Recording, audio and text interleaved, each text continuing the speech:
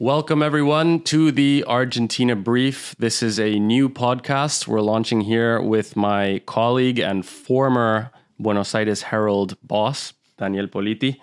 Welcome, Dan. Thank you very much, friend. We've come a long way from those Buenos Aires Herald days. Nearly 15, 20 years ago, roughly. Don't remind me. Yes. So what are we doing here? Why are we launching a English language podcast in Argentina? Well, to be fair, it's something we've been talking about for a while. We think that for the past few years, there's been a lot of interest in Argentina. And we want to be able to take a monthly look at what's been going on in Argentina, how we see things politically, economically, socially. Lifestyle, where to go out to eat, what to do in Buenos Aires, places to visit in Argentina as a country.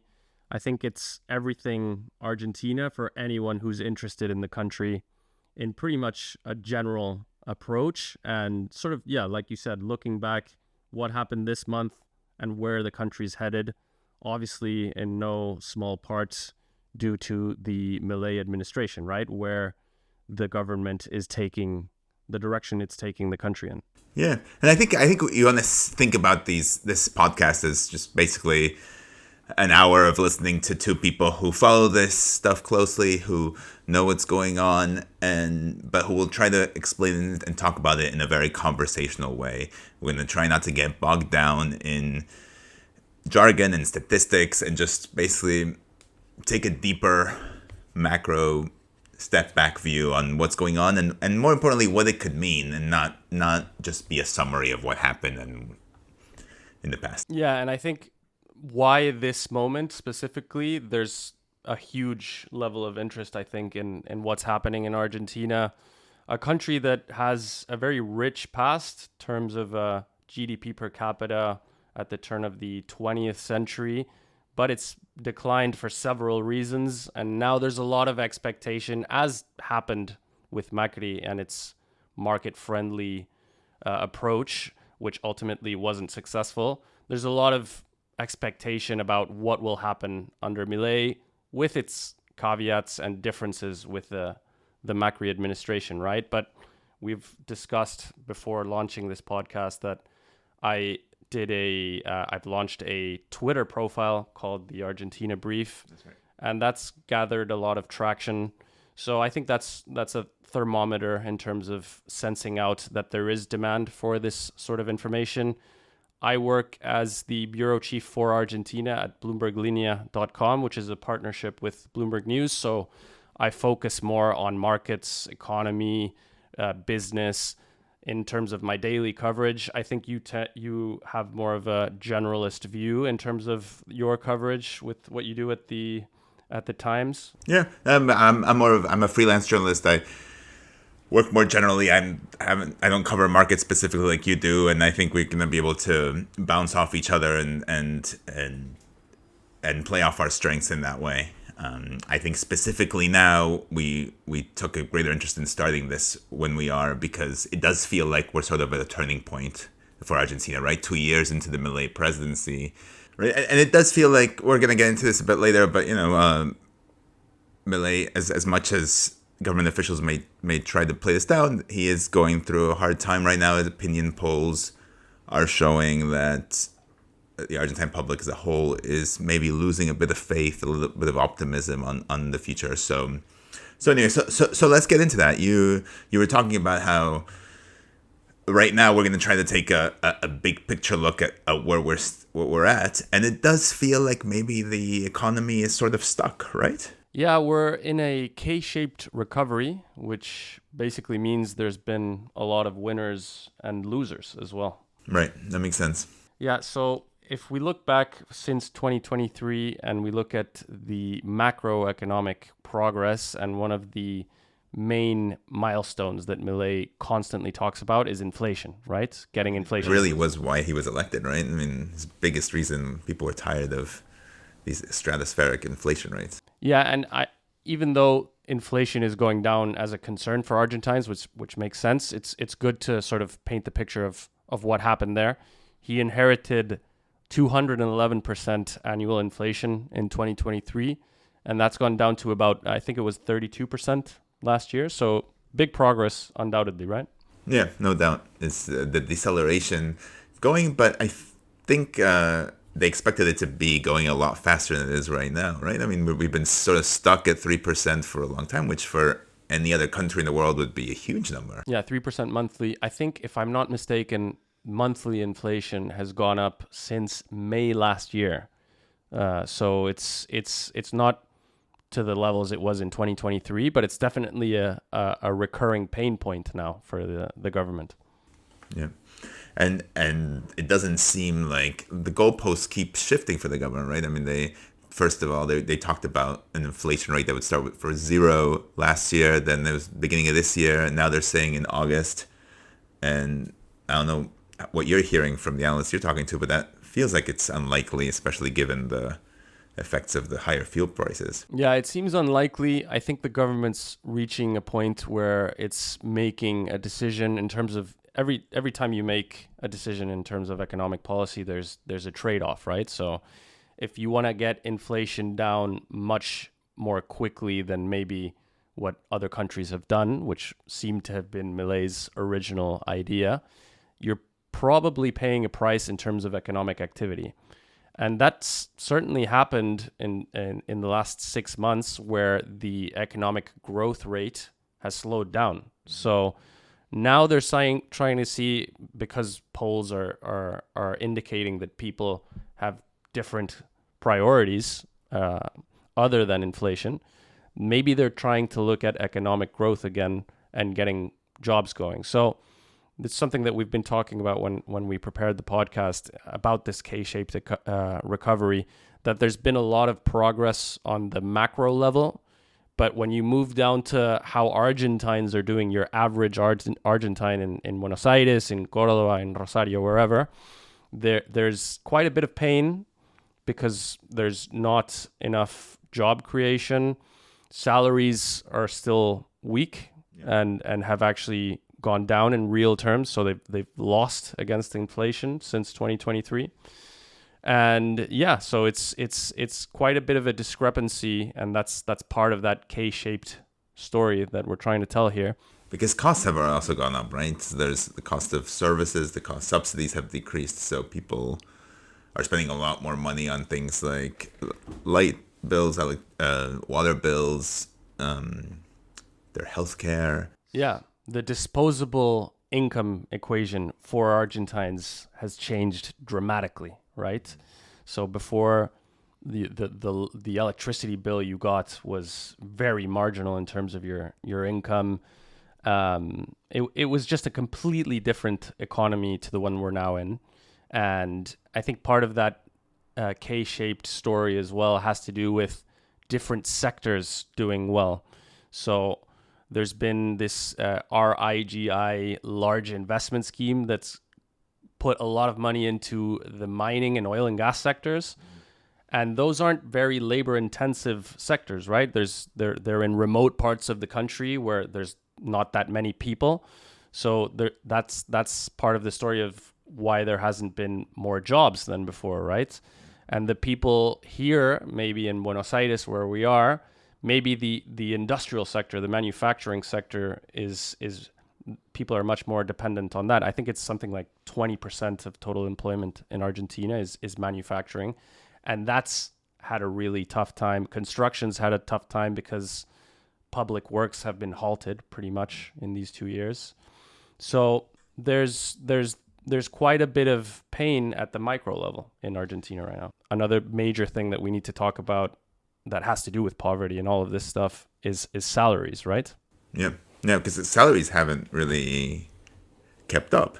Yeah, so if you look at public sector, so government workers as a whole, they're like 15% down against accumulated inflation. So they've lost in real terms by quite a bit. Mm-hmm. But even private sector formal employees, like people at whatever, working at YPF, they've lost out slightly against inflation as well. So purchasing power has decreased. I think it has to do with the whole reshuffling of, less subsidies for your gas and electricity bills. It has to do with a bunch of things. But the big question that I guess we're asking ourselves now is, how does that situation evolve going into the presidential elections next year? How are people's salaries going to do? Are they going to get increasingly uneasy that they can buy less things every month? Are they going to be satisfied by the fact that maybe bank loans are a thing again in Argentina and that they can finance certain purchases of goods? Will that be enough? Maybe mortgage loans, which were, I think, at record high last year for Argentine history. Mortgage loans weren't a thing in Argentina. So there's, like I said, K-shaped economy, right? It's winners and losers. And I think the final thing that maybe we need to talk about in terms of the macro landscape, something that, you know, you'll hear even tourists talk about when they come to Argentina, and they might go to a fancy restaurant in Buenos Aires, and they'll talk about the FX, right? The exchange rate. Yes. Which is part of the story behind why manufacturing is struggling, right? Because they say, look, with this FX rate, I understand that the fundamentals indicate that if you have a fiscal surplus, which is another thing we didn't mention, and there's a lot of dollars flowing into the Argentine economy for these mining projects, for these oil and gas projects, from oil and gas exports, right? So the peso is going to be stronger. That's just inevitable, right? The thing is, you're not making things easier for me quick enough, because you're, on the one hand, opening up imports, right? People can buy cheaper industrial goods from abroad, and you're not lowering taxes for me to manufacture domestically, right? So the consequence is that maybe some companies are shutting down, some companies are firing people. I was just looking at... And this is, you know, just a more general comment on Milei, 2 years of Milei economy as a whole. Milei and his team like to talk about, you know, that it's been success after success after success, but there have been certain key moments where it seems like gas was running out of this plan. There was a time when it seemed like gas was running out, and then the IMF came to rescue. And then there was a time when it seemed like the gas was running out, and then Uncle Scott, as you said, came to the rescue. Uncle Scott and Papa Trump, maybe. So there are these. There have been tensions. It hasn't all been, you know, roses for this effort to change the Argentine economy. Yeah, I fully agree, and I think that's the main reason I would say that for global investors, reserve building from the central bank, they're still negative. So if you look at net reserves at the central bank, so that's like stripping away those $20 billion that the IMF gave Argentina in April last year. It's stripping away the Chinese currency that's in the central bank that's technically only usable in exceptional circumstances or for trade. So if you look at the cash that the government has readily available to deal with external shocks, internal shocks, whatever, it's still negative. So if you look at any other country around Argentina, Chile, Peru, Brazil, they have a much higher ratio of reserves to GDP. Well, we in Argentina have negative net reserves, as I was saying. Well, I mean, I think it's interesting you're talking about the investors are looking into this, because you got the first-hand look at what investors are thinking in New York a few weeks ago, right? Because you went to New York to be part of this Argentina week, which I think for lay people who may not be so well versed in economics doesn't seem like a big deal. Like there's a road show for Argentina, but you've described it as an important milestone for Argentina, and you got a first-hand look at what investors were thinking about. Yeah. Right? So no one talked to me about it while I was there as a game changer, right? They saw it as... Well, but first maybe let's talk about what Argentina Week was for maybe people who... It was a JP Morgan organized affair? How... Yeah, so Brazil and Mexico already have similar events that they've been doing for several years. It's basically an investment roadshow. It's pitching Argentina to global companies and investors as a destination for their cash, right? Their capital. If you look at Brazil Week, I was told that when it started out, it was very locals in terms of the people in attendance were all Brazilian. And that was very much the case in Argentina. But what I was told is that throughout the years, it's become a much more coveted event that people want to attend to from around the world, right? So this is a first step in that direction in terms of getting Argentina back into the view of the global investor. What did I see while I was there in terms of the conversations that I had? So, like I said, it was a lot of Argentines from Argentine companies and banks that traveled to New York, but it was also Argentines that work at the Wall Street banks, attending and listening to Caputo, listening to Bausili. So we're talking about but the event itself was organized by JP Morgan. It was organized by Bank of America, the Embassy, and Kazek, which it's the largest VC fund in Latin America, founded by two ex-Mercado Libre executives. So they came together, they organized it. There was about 500 people attending. It was incredible to see on the second day at Bank of America. It was I guess the main place where they hold events by their HQ in, I think it's Park Avenue. And I just looked, I had gotten there early and I sat down and I was just looking beside where I was at the sides of this hall. And it was like the CEO of Galicia, which is the biggest bank, whatever, like huge names for the Argentine business landscape, and they couldn't find a seat, right? And it's something that the Bank of America co-president mentioned. It's like, I've never been in a room this full. And yeah, there was so. But for you, does that mean that it shows that there's a lot of interest in Argentina? Why was there? There is interest. I think it's they see as quite remarkable how Milei has gotten inflation down so quickly with, for now, not too much pain for Argentine society. There has been the expectation was that it was going to be a lot more painful, right? Mm-hmm. And the fiscal surplus, right? So those are two huge things that are quite historic, not just for Argentina but around the world. It's hard to find those cases. If we separate the conversations I had with Argentines from maybe like a German or a American person that works at an investment fund, at a hedge fund, that I had a few of those conversations off the record with these people.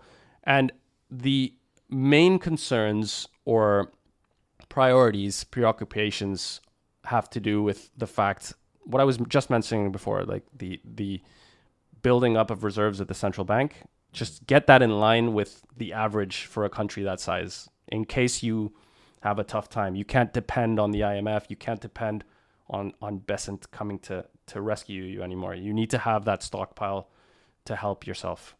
And the second thing is, because the Macri experience in 2019 ended so badly for these funds that had come into Argentina, I kind of want to see what happens in 2027, right?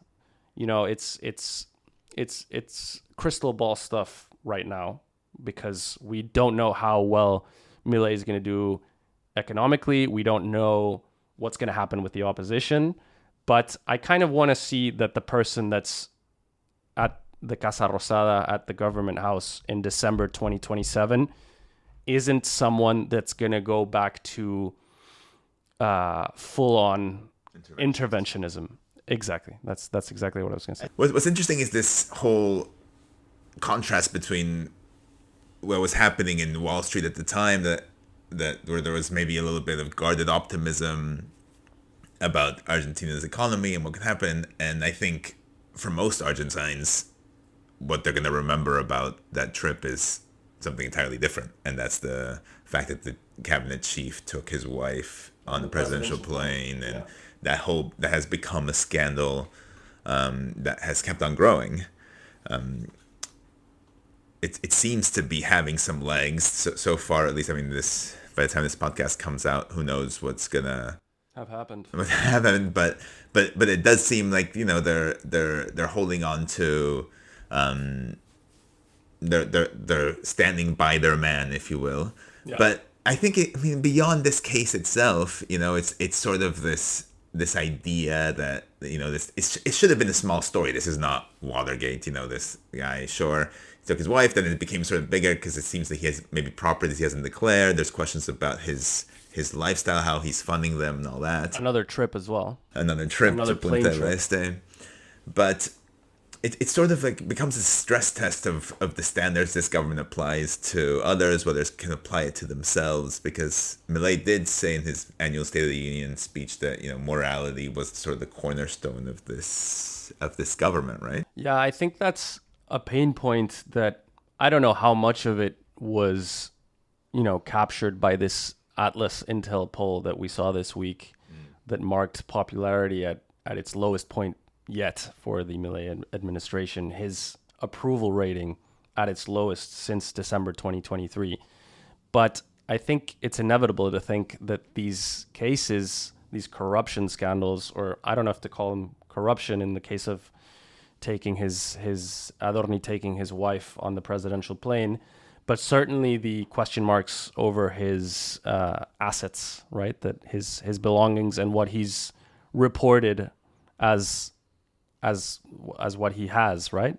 Well, I think it's when it ties back to what you were saying earlier about the pain that people are feeling, right? I mean, I think that people are less, Adorni sort of like, why has this scandal stuck? Because Adorni's defense was, oh, I work so hard and people don't appreciate everything I do. And we're like, well, I work really hard and I barely make ends meet. So people are losing patience. I mean, I think before you talked about this Atlas Intel poll, there was also another poll from San Andres that came out recently that was also interesting that saw that people have sort of started to lose faith. There was this idea that before, in the first year of Milei's administration, it's like, all right, I'm not doing well personally, economically, but I believe things will be getting better. There was one more poll as well, which is very closely paid attention to by people in markets, which is the Tela poll, the confidence in the government, which has also, I think it's interesting to point out, it's a fair assessment that we're making when three major polls pretty much indicate the same direction for approval rating. Yeah. So it seems like people are losing patience. People just are starting to feel like maybe, all the sacrifice that they've been asked for is not worth it, or they're not seeing the rainbow at the end of the tunnel. To mix two metaphors. But the government does have, if we're talking about, the taking stock of where the government is right now, the bigger than Adorni is, the Libra scandal that does not have as much of a runway, does not have legs like the Adorni scandal, because I feel like it's a lot harder for people to understand. But some revelations are putting the government a bit in the crosshairs, because without going into too much detail about this, it does, the latest revelations on the phone logs of Novelli, who's one of the key players in launching this cryptocurrency last year that Milei promoted, or advertised at least. It shows that, there was some coordination. At least they were talking a lot more than Milei said they were. I mean, so there's a lot of questions that are coming up there that I think we're going to have to see how they play out in the coming weeks. And I think, as always in Argentina, the story is economic, right? I mean, if the economy is doing well, if people feel like they're doing well, they're able and eager to ignore these sort of things. Exactly. And then if they're not, then they start paying more attention to it. Yeah, I think maybe that's globally applicable, but especially in Argentina, where I think the economy stupid is more important than in other places. Because if we look at this chart that we're going to show you on YouTube, if you're watching, from Fernando Marul, an economist that we always follow, at least at Bloomberg Linea, there's a very close correlation between electoral result and real wage evolution, right? So if salaries are beating inflation or not, it's every time the line is going up in terms of salaries are appreciating, they're gaining purchasing power, the electoral result, both at midterms and presidential elections, is more favorable. So if like we said it before, right? It's been going down since 2023. It's recovered. It's recovered since the initial big drop since the depreciation, the devaluation of the peso, but it's still down, right? So it's 2 years where people say, okay, I'm going to tighten my belt, and I think it's worth it to get inflation down, to get poverty down. But I think we're reaching a point where priorities are starting to shift, and that's what we're seeing in these polls, right? And that's where these scandals, I think, gain more traction, right? I think we saw it before the midterms, and we thought maybe that would cost Milei ultimately at the polls. It wasn't the case, but we're going to have to monitor that situation a lot more closely in the next few years. There's one number, right, that a lot of people often talk about, which is the 40% number. If Milei for the first time has gone below that number in approval ratings, if he stays below that number, I think that's what analysts often call the danger zone. Right. Because and so that's what moving forward, I feel like that's what we're gonna have to be watching. Yeah. Fully agree. So Milei, beyond the polls and what's happening with his approval rating, he's shifted back to maybe his original modus operandi, his way of doing politics, which is much more confrontational and combative, right, than what we saw before the midterms, when he explicitly said that he was going to stop insulting people. Yeah, I mean, Milei, I think anybody who's been following Argentina knows Milei was not a traditional candidate. This is why he rose to power, right, as an outsider, with very combative ways. He rose to power as a talking head who was not afraid of insulting people, of getting his views across, and someone who rose through social media. And he's gone back to that, which is interesting at a time when his approval ratings had gone back, but he doesn't. He's showing us that he's not a leader that just governs. He fights. He fights back against his critics. Recently he's gone back to getting into arguments and fights and insulting people on Twitter. Even people who say, "Hey, I voted for you, but I'm having a hard time." And he's like, "You don't know anything. You should read an economics book once in a while." It's not a standard approach to building a political coalition, but it's something that's worked for him in the past. Obviously, the key question is does it have legs or not? It's something that I think we want to be exploring a lot in this podcast in the coming episodes too, just how this Milei-verse, this Milei universe works, and just make clear that there's a lot of stuff that is it's very different from a traditional politician. Yeah, I think it's we can sort of wrap it up into the whole populism trend that we're seeing around the world on the right. If we compare it maybe for the U.S. listener, the Barack Obama style of doing politics versus Donald Trump, right? Yeah. Obviously, Milei and Trump are different on several aspects, but I think one of the things that they have in common is how they use Twitter, right? I think Milei, even in a more combative style and with more insults than Trump, but both in a very non-traditional and eccentric way, right? Mm-hmm. And I think that the contrast at the local level would potentially be Macri against Milei, right? So Macri, a very presidential figure in terms of respecting, the protocol and institutions. And Milei, I think at the start, when he was rising up in popularity, benefited from, that sense of desperation that people had. That's like, okay, this guy, he may be quirky, right? But he's gonna get things back on track, because we need that type of personality to break from the inertia of everything that's gone wrong with Argentina over the last several decades. The question, I think, is it's something that I've asked myself since he came into power, is how long will that appetite for that type of personality last, especially if we're in that K-shaped recovery for the Argentine economy, and by 2027, those salaries aren't up and growing again, jobs aren't growing again. Is that sustainable as a way of doing politics? No attempt at consensus building.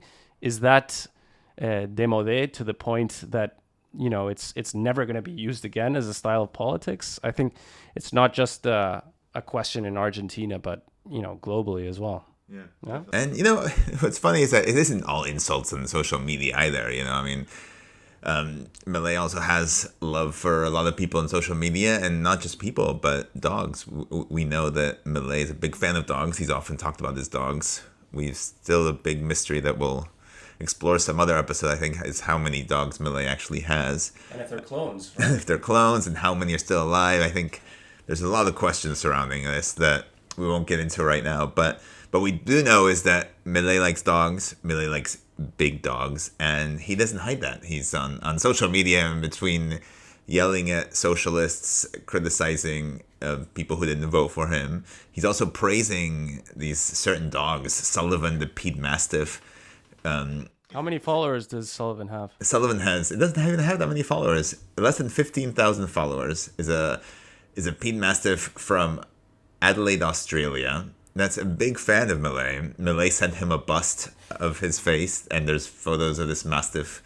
We're going to put this on YouTube if you're watching us. There's a big photo of this Mastiff. He's not the only one. There's another Mastiff that is a lot more popular, has almost 200,000 followers. Oh, wow. Pooh Bear the Mastiff. That's also a Milei. Milei's a big fan of him, and he's a big fan of Milei too. And Milei often comments on their posts, basically saying, "What a beautiful dog! What a great dog!"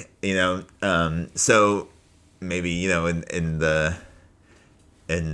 he's alone in the Olivos late at night, maybe this is how he entertains himself, is looking at pictures of dogs. Which, hey, I can't criticize him for that because I do the same thing. Yeah, and I think we can't refer to this as a way of doing politics, right? Because I think other politicians have used children and dogs, pictures with them. I think of Dylan, Alberto Fernandez. Yeah, that's true. But that was his dog. That was his dog, yeah.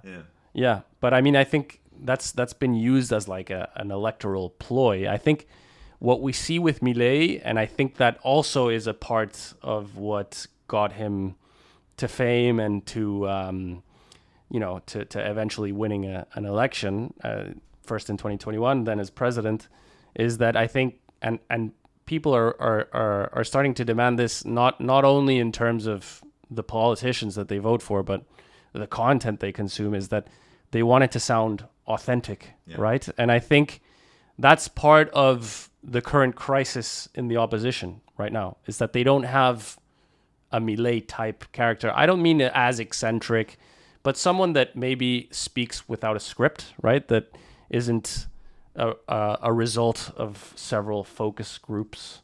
Yeah, someone who can surprise, right? I feel like people want someone to be excited about, and say what you will about Milei and his supporters, but his supporters are big fans of his, and they're behind him. Completely. And we're talking about the quirks of our current president, and one of the interesting quirks about him is that he doesn't really care about food. He said it's a bit of a chore. It's interesting that we have a president like that in a country that's very food oriented. It's got a deeply food oriented culture, Argentina, and Milei has said that he doesn't enjoy eating.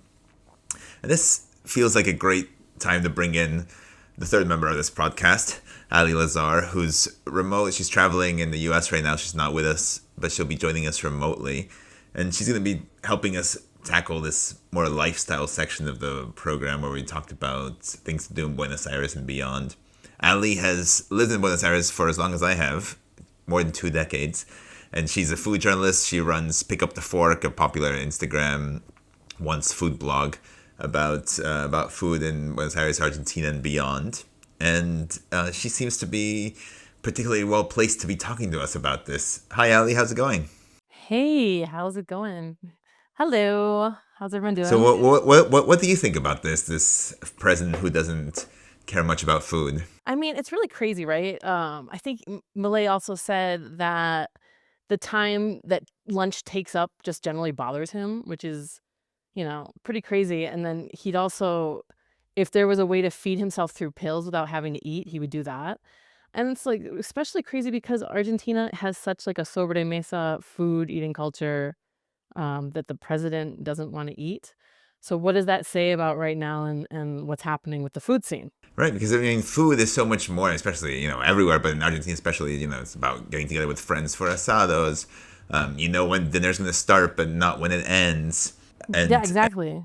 Yeah, he does have this thing that we were talking about of meeting with friends of his, economists, usually at Olivos, the presidential villa, so to speak. and they always eat milanesa, right? Milanesa with puree, I think, which I think is part of this quirky social media thing that this week there was an AI generated image of him eating milanesa with mashed potatoes. Which I mean is a very traditional Argentine dish. That's true. To be saying that. But I mean, as much as he doesn't care about food, the truth is that his policies are really reshaping how people eat out a lot in Buenos Aires, right? I mean, at least for me personally, I can say that I used to go out to eat several times a week. Now I can't remember the last time I went out to eat that wasn't. Yeah, I was a big food delivery guy. I did hit the restaurants as well, but it was so cheap back in 2023. And Yeah, now I it's just mean, yeah, like now eating out is a luxury. I just remember back in the good old days when we would go to a restaurant and we didn't even have to really look at the prices on the menu. So $15, you could have a steak dinner with wine and appetizers and eat like a king. And now it's $15 can't even get you really much an appetizer. So what has that done? And that's for someone, I'm speaking in a place of privilege and this is my job. So what does that do to the, common Argentine? And most people love to go and eat out. I mean, it's really a social culture. And how is that affecting the industry as a whole? I mean, what are the chefs? Because you regularly talk to chefs and restaurant owners. What are they saying? Are they feeling this pinch? Yeah, I mean, they're totally feeling it. I think it's gotten a little bit better, especially when tourism has gone up a bit, especially during the summer months when people tend to go out more. But last year around winter, winter last July, August, a lot of restaurants were really suffering. And it was something that I talked to a lot with restaurant owners and chefs, and the industry as a whole was in a place. Restaurant owners said it was worse in the pandemic. And these are popular restaurants, and they would have, once have their restaurants full with lines out the door, and then at that time they were just worried about getting people in. Because there's a thing where maybe these restaurants that were once popular every day of the week are suddenly just seeing people on weekends, right? People are being a lot more selective about where they go and how often they go. Well, yeah, I mean, it makes sense. Like if for example, if people are used to go out twice a week, and now what's the first thing that happens when people's budget gets cut? These extra luxuries like going out. So twice a week maybe goes to twice a month, and there are so many restaurants in BA that it becomes really difficult to choose where to go. So a lot of times people might want to choose to go to new places that have a lot of hype, or places that they know that are really good. And so what happens in that middle ground of places that might be a really great place, but is it really worth spending 60, 70, $80 on a meal that's, not a for sure thing? And have you seen a lot of restaurants closing in Buenos Aires in the past 2 years? Yeah, I mean, the thing is there's always restaurants closing, but then there's also restaurants opening. So I still have not been able to really understand how people still are able to keep opening up restaurants in such a crazy economic situation. But you do see a lot of restaurants closing. I mean, recently, Shokupan, which is a favorite of mine, it's like a lunch spot who does sandwiches, they closed. And a lot of places are closing, but then places are opening too. So, it's like kind of the way that things work. I mean, I think that there's a lot of restaurants that are, that always are doing well, that have a lot of people out the door, despite the price point. Yeah, I mean, no matter what, there's people that spend and that have money and that go out. I mean, that's true anywhere.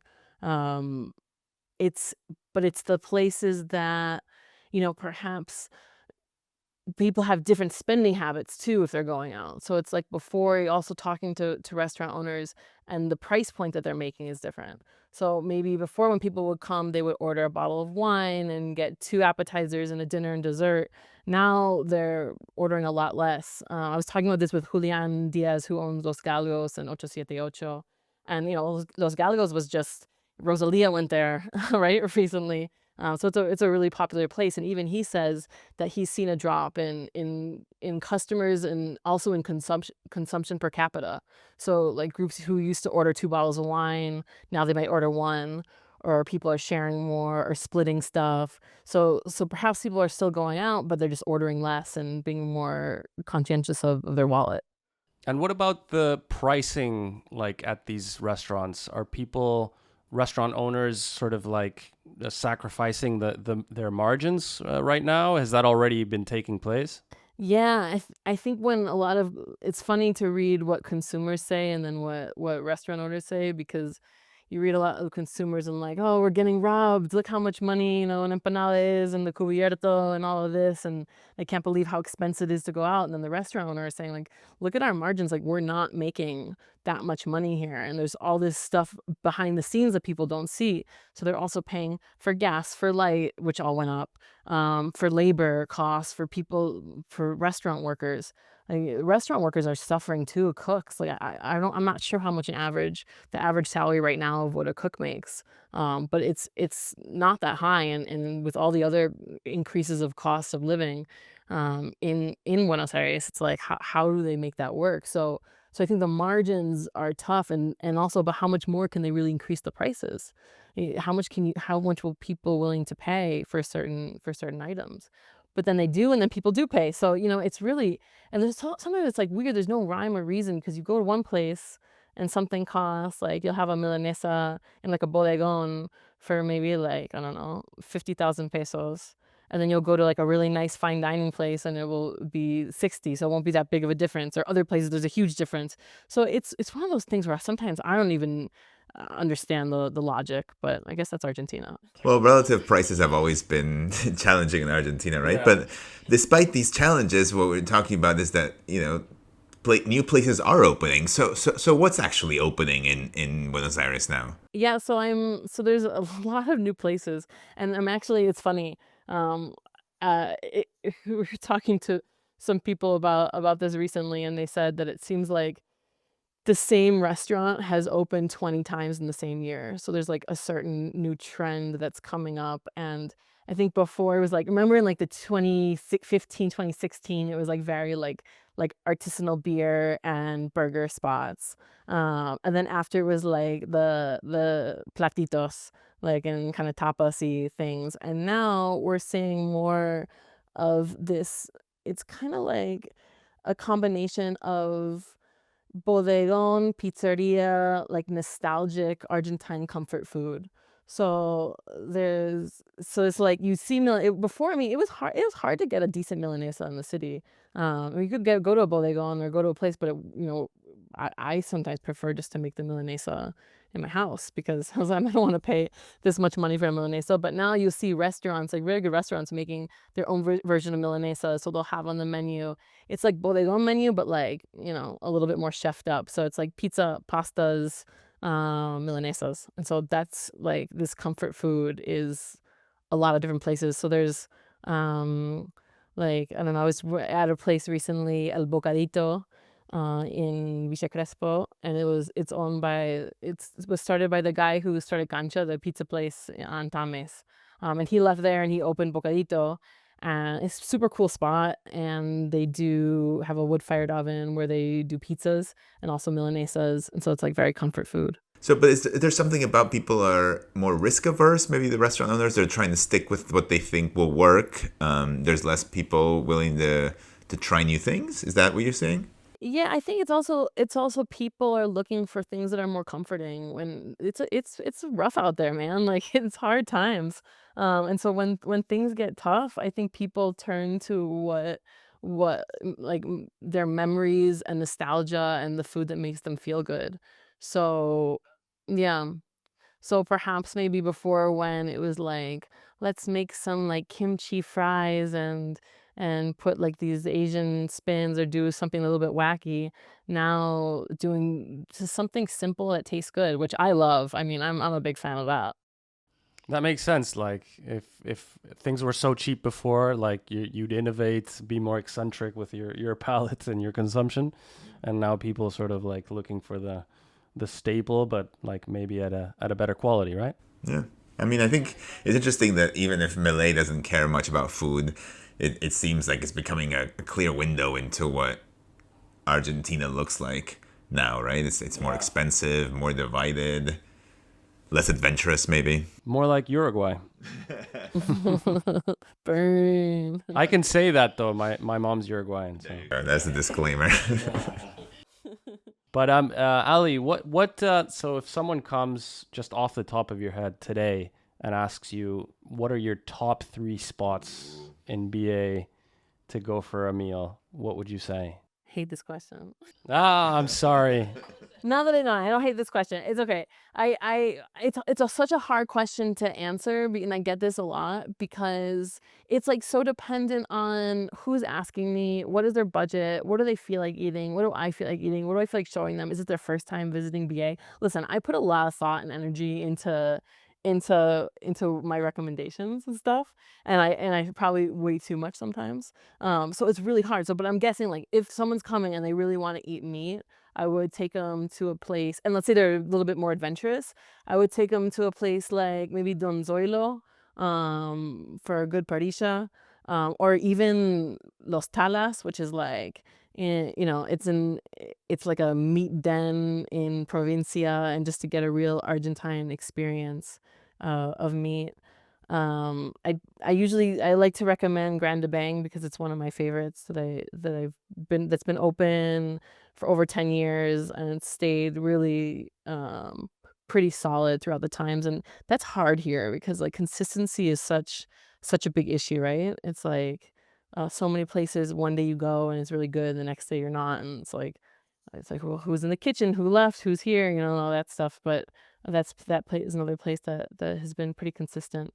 And then as for a new place, I mentioned Bocadito, which is also good, but I really, really like El Caprichito, which has that same vibe. It's owned by the girls who started Ti Amo Pizzeria and La Sorarina. And it's like really reminds me of a combination of like a supper club in the US, but that meets a bodegon. So it's like a mixture of like they have pizzas, but then they also have like this Italian Argentine comfort food with milanesas. They have like a milanesa, which is like more like kind of like a chicken parm, which is basically milanesa napolitana. And then different pastas, and the vibe is nice. And it's in Palermo and trendy, and they have a good wine list, and so those are 3, to answer your question. Those are three places I would recommend. That's super useful. I didn't know most of those, and now I'm hungry. That's the problem. I don't think it's helping to wrap this podcast up that I'm super hungry. Yeah, maybe next time we shouldn't record so close up to lunchtime, because bring some snacks. Next time we can bring some snacks and do we can do tastings. There you go. I like that for the next podcast idea. Well, Ali, thanks so much for coming on, and we look forward to having you in the studio next. Yeah, thanks for having me. And excited to be here. Excited for the next episode, and I know what not to ask next time. So thank you, Ali.